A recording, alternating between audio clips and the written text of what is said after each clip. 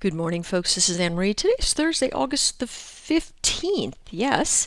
And this is the SPY Report. There will not be a SPY Report video tomorrow. I am traveling to speak in San Francisco at the Money Show, and I know I'm going to get to meet a couple of you. For those of you that are thinking about it, I'd like for you to come. It would be terrific if you have the opportunity to. In any case, here we go. Taking a look at SPY. For those of us that are part of the SPY membership, one of the things that will prove out to be perhaps a little difficult for you is understanding how this data is set out for you.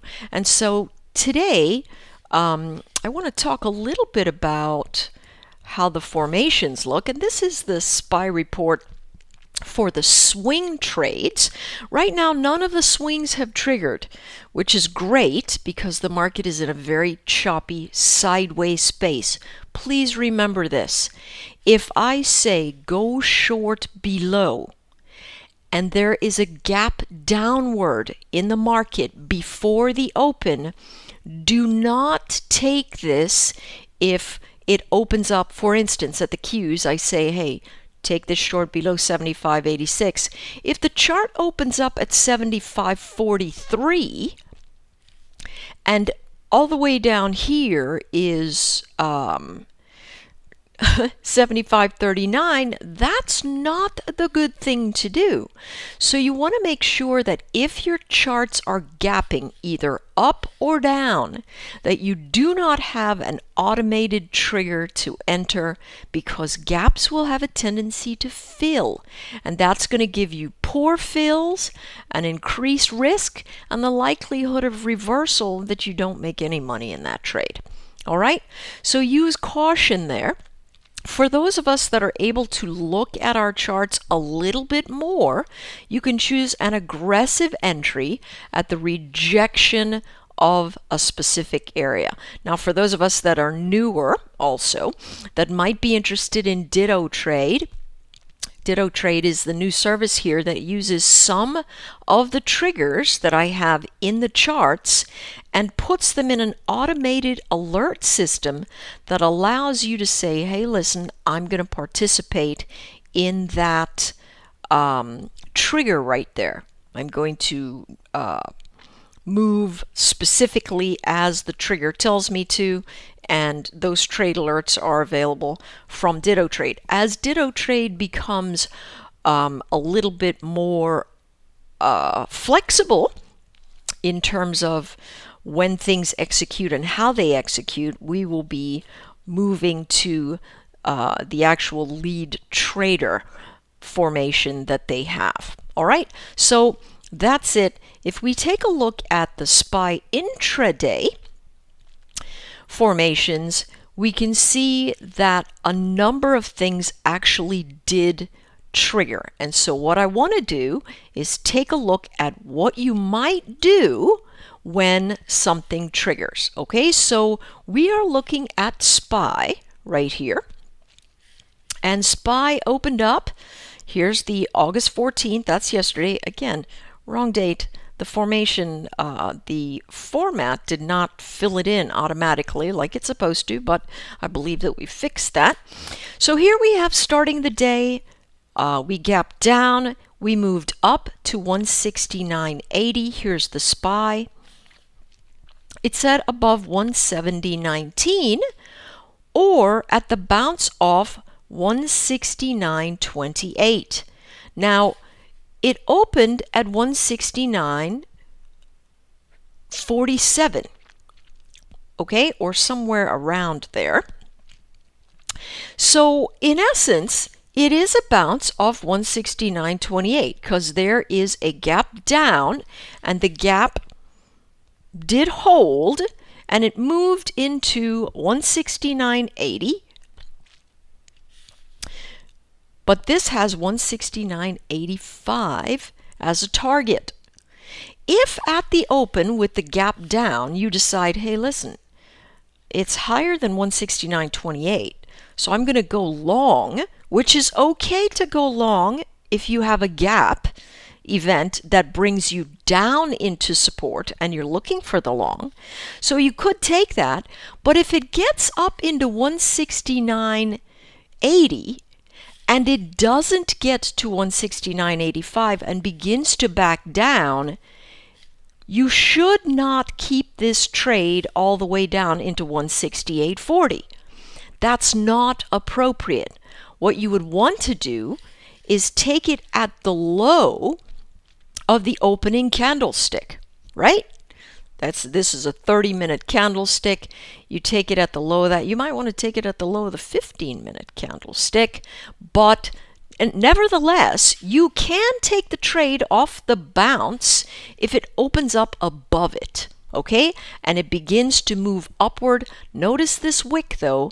It comes all the way down into 169.33, moves all the way up into 169.80, but does not get to 169.85. You've got to manage that. Put yourself at the pivot points. Notice, see this line right here? It is rejecting the midline of a pivot. Now, I use Woody's pivots, and they do not generate until the open of the day. So I can't see this number when I am writing this up. This is only an approximation of what these numbers might be, and I missed it by a nickel. So if I miss it by a nickel and you see it rejecting the level, your brain ought to go, you know what?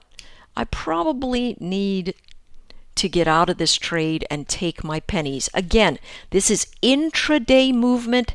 It's those of us that like to trade intraday and that we like to take these trades that give us action that is very, very swift. And we're looking at a 30-minute chart, so this is really wide. If we're doing intraday trading, we should probably be looking at a 15-minute chart or a 10-cent range bar if we're taking a look at the SPY, maybe 20 cents for the range bar if we're looking at SPY. All right, and that's that right there. Now, it begins to reject here, and so what do? We lose the 30-minute low at the second 30-minute candlestick, and so now we have made a high, a low, a lower high, a lower low relative to this region, and now we're popping up here at around the 169.60-ish region. All right, 169.65. Now, all of a sudden, because we are drifting downward, look at the SMI, it is drifting downward, we want to focus on short action. If you see your SMI drifting over, and that's the fast SMI, you know that you've got to think about downside momentum. Irrespective of the fact that the prior day's movement was bullish, we really do have to say, hey, listen, I've got to think about what these SMIs are doing. This was something that I had trouble with yesterday. My confirmation bias, my cognitive bias, was bullish because my slow SMI continued to peak upward and continued to move to the upside, right? I did not pay attention to this, and I should have. So I share my shortcomings and mistakes with you so that you can watch out for them when you are working on this trade. All right, so we've got that. Now we're looking at this. It says 168.40 or the aggressive entry at the loss of 169.20. Here's 169.30. There's 169.20. If I lose 169.20, I am able to take this trade. Okay? What is my stop? My initial stop is 169.74, but really my initial stop should now be shifted to the low of my opening candle. Right? You've got to work at saying, all right, this is what she gives me from a wide angle.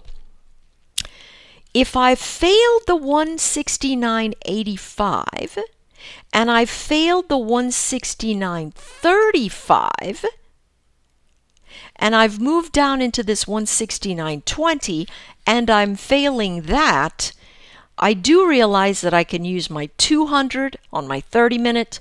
I can use my 30-minute low on the candlestick. I can even use my pivot, but see, if you use the pivot, you're going to get stopped out. The best thing to do if you take an aggressive entry early in the morning is to shift your stop to just above the 30-minute low. Okay? You could do it for the 15-minute low, but sometimes that also gives you a little bit of noise, and we've got all these wicks in the market, so on and so forth. Okay, so we take it at 169.20. It pops all the way up to 169.40, and I'm saying conditionally we set it, and it just goes off, and it comes into here. Notice, if we've got our stop at the 30-minute low, it will not stop us out. Where's it moved to? It goes all the way down into somewhere around 168.80. Okay? Now, here's 169. 168.38 is the next one that I have. All right? That's really far from where we are right now, because I came in at 169.20. My first stop is this 169. And then my next one is the 168.38. Well, here I'm coming in at 168.70 and it's popping again, but I know I'm sitting under my moving averages, so I can stay short, and then it moves down to here and it pops again and it gives me a lower low.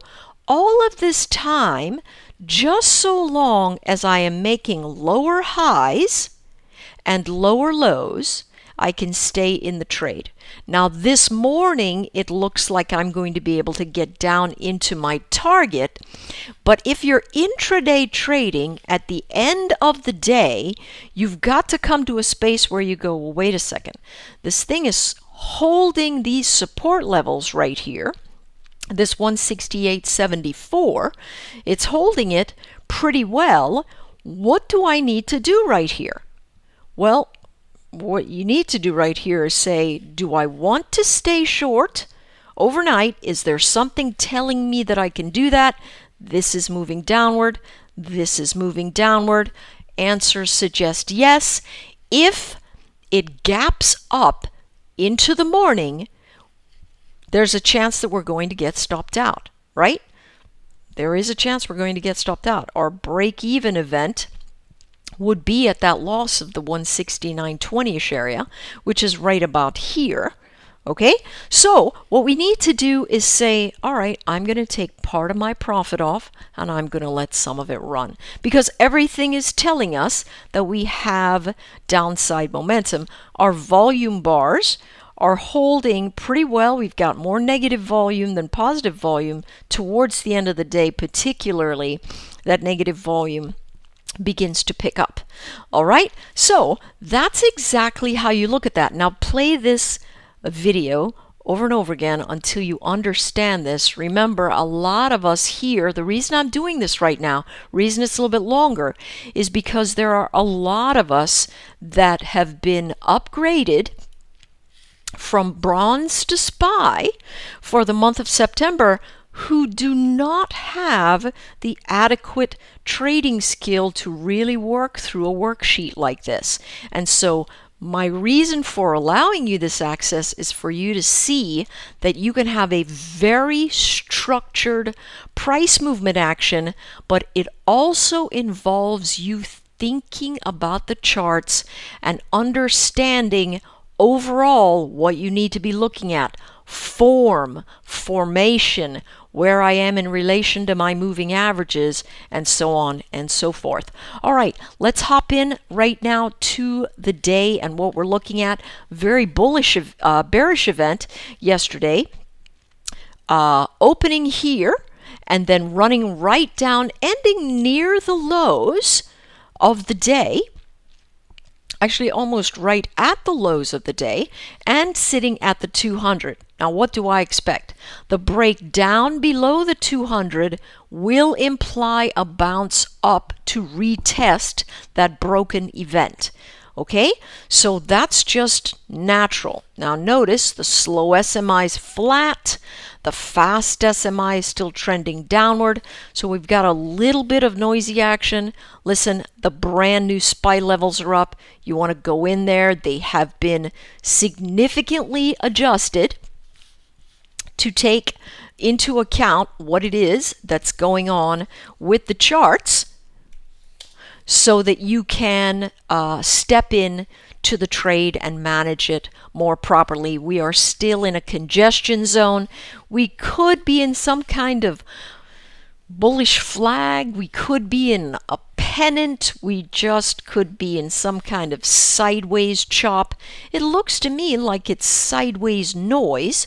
So I expect that if we do come into that 168.38 level, which is one of the target regions that we have, we are going to be able to bounce back into this region. That flat SMI telling us that.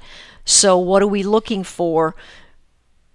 Whether we get out above the 50 or stay down below the 200, we've got to converge and get ourselves in a space where we can take price action. From a swing perspective, we've got nothing going on. Why? There's no proper form.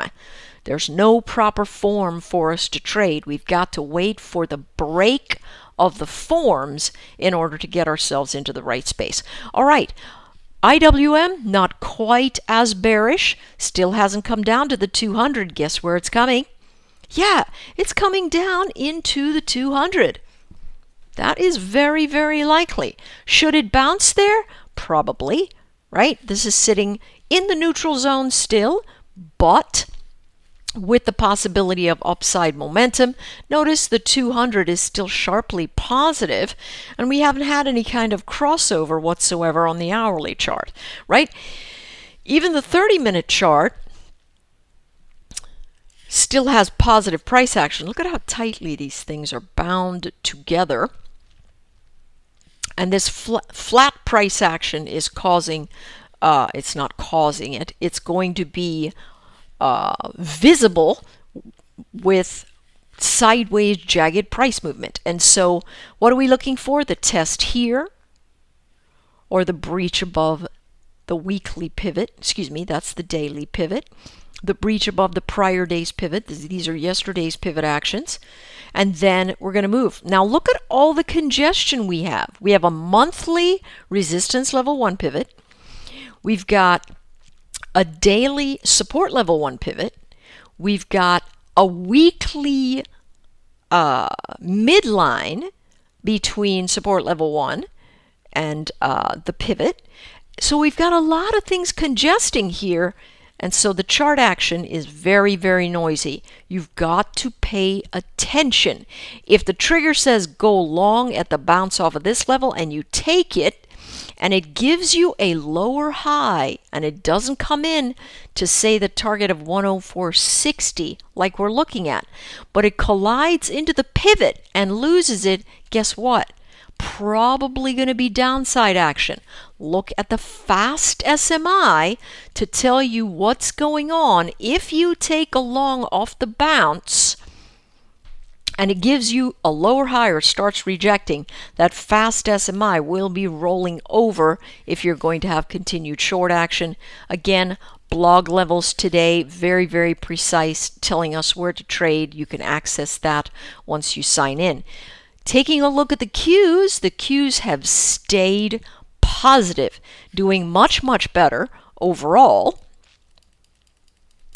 than the SPY or the IWM. It is sitting above its 50, above its 200.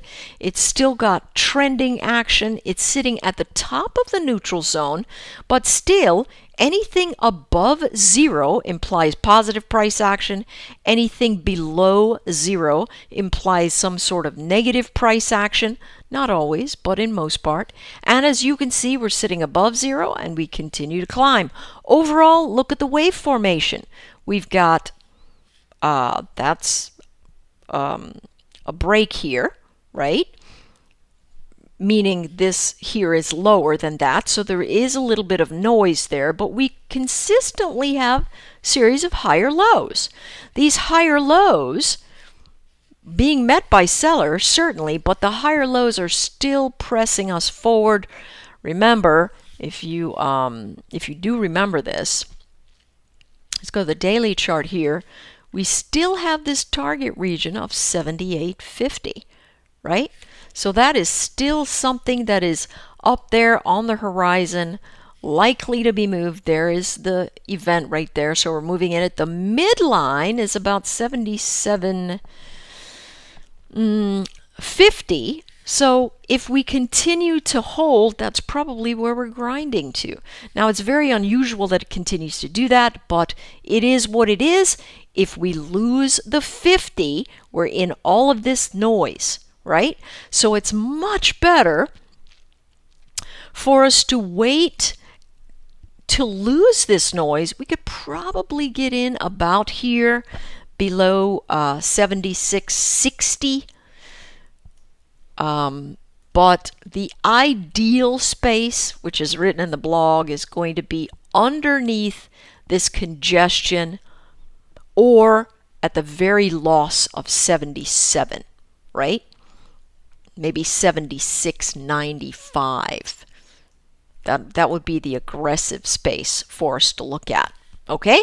And then, you can trade down into the levels and get into your targets. All right, not sure what today's going to bring, but it is Thursday, so we've got employment releases and all that sort of stuff.